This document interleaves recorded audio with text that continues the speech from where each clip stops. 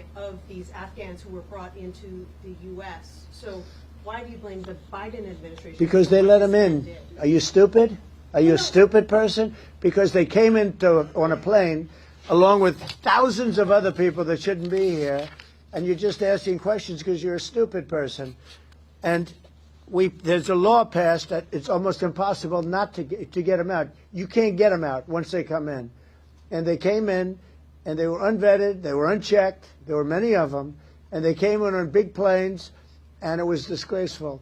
And if you look, you'll see there was a law passed. It makes it almost impossible not to let them in, not to certify them, so to speak, once they come in. And they came in, and they shouldn't have come in. And frankly, the whole thing was a mess. The whole Afghanistan situation was a mess. It should have never taken place. If we're going to go out, and we would have gone out because I had everybody ready to go, we were going to go out with strength and dignity and precision.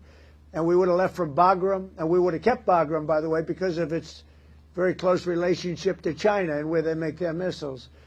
But when you let the people come in by the thousands and thousands and thousands, they made a terrible mistake. But they were incompetent, yeah. Yeah, Mr. President, thank you for having us here tonight. Have you spoken with Sarah and Andrew's family? We have a call in a little while, actually, right after this. Do you plan to... Well, the family is devastated, as you can imagine.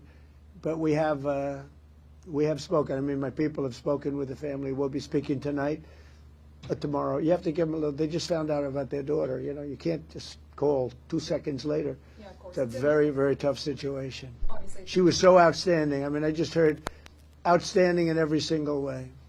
It's in the early stages, obviously, but do you plan to attend Sarah's funeral? I haven't thought about it yet, but it certainly is something I could conceive of. I love West Virginia. You know, I won West Virginia by one of the biggest margins of any president anywhere. And it's, you know, these are great people. I love the people of West Virginia. I love the people of our country. But I haven't given it any thought, but it sounds like something I could do, yeah. It's very raw. Yeah, of course. The suspect does have a wife and 5 children who live in Washington. Do you plan to deport them? The suspect has? The suspect? Well, we're looking at that right now. We're looking at the whole situation with family. It's a tragic situation. Yeah, Jeff? Mr. President, are there any changes you want to make to improve safety for National Guardsmen who are being sent into these cities? No, just I want to have more. As you know, we're sending 500 more. We had very little crime in Washington now for, many months. Record-setting low crime, and this happened. And I don't know how you put this on the scale of that. This is sort of different. This is a terrorism threat, and this was done because they're so effective. If they weren't effective, you probably wouldn't have had this done. But this was done because the National Guard has been so effective. You know, you went from having a tremendous amount of crime and death, killing, everything else, to having none.